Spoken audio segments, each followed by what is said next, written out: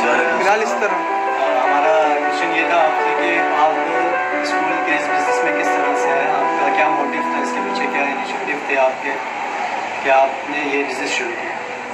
بیٹے پہلی بات تو یہ کہ میں اسے بزنس نہیں کہوں گا بلکہ خدمت کہوں گا۔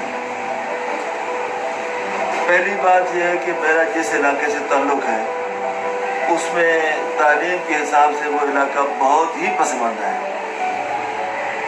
البتہ میرے والد صاحب کو اللہ نے یہ فہم دیا تھا کہ اس نے مجھے وہاں میٹرک کرا دیا گاؤں میں، بڑی مشکل سے وہ بھی۔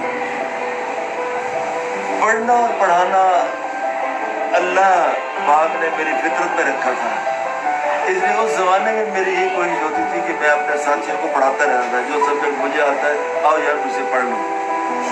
اسی چیز نے مجھے اس پر آمادہ کیا تھا کہ کبھی زندگی رہی تو میں اچھا رسول بناؤں گا اپنا اور اس معیار کا بناؤں گا۔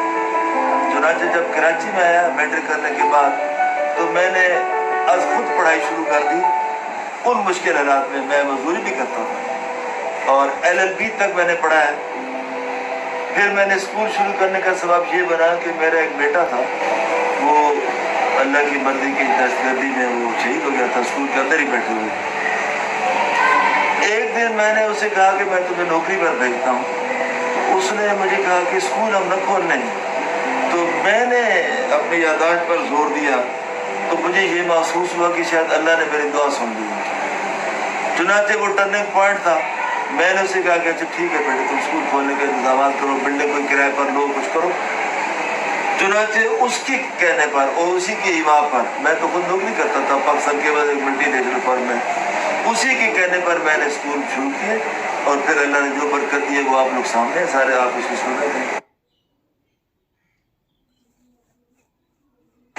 بیٹے میں درمیان میں اس حادثے کا شکار ہو گیا تھا نا کہ میرا بیٹا میرا بھتیجا تھا، داماد ہی تھا، جو شہید ہو گیا تھا، تو میں 5-7 سال تو ویسے ہی پیچھے چلا گیا ہوں، ورنہ شاید میں کوئی یونیورسٹی ہی بنا چکا ہوتا ہے۔ اب اس وقت الحمدللہ میرے 14 سیکورٹی اسکول ہیں کہ جو مختلف شکلوں میں مختلف علاقوں میں کام کر رہے ہیں، اور ایک میرا گرلز کالج ہے پیورلی جس میں لوگ گرلز ہی ہیں، اور ایک boys and girls degree science and commerce college بھی ہے۔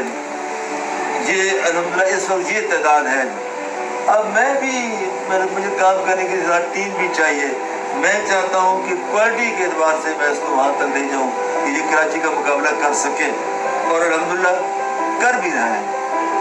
البتہ یہ کیڈٹ اسکول پری کیڈٹ آپ کے سامنے ہے نا، تو آپ نے پری کیڈٹ اسکول میں پڑھا تو تب آپ کیڈٹ میں گئے تھے نا، ورنہ تو کیڈٹ میں جانا مشکل ہے۔ اس وقت پاکستان کا شاید کوئی کیڈٹ کالج ایسا ہو کہ جس میں کرسچن کے کوئی نہ کوئی بچے نہ پڑھتے ہوں، اور یہاں کے پڑھے ہوئے اب آرمی میں میجر بھی بن چکے ہیں، ایئر فورس میں نیوی میں لیفٹیننٹ کمانڈر تک ہیں، اور ایئر فورس میں اسکواڈرن لیڈر تک بھی ہیں، ہاں، اور 8 پائلٹ بھی ہیں۔ جو ابھی نیا آپ کے ساتھ ادھر بچہ آیا تھا وہ بھی GDP ہو گیا۔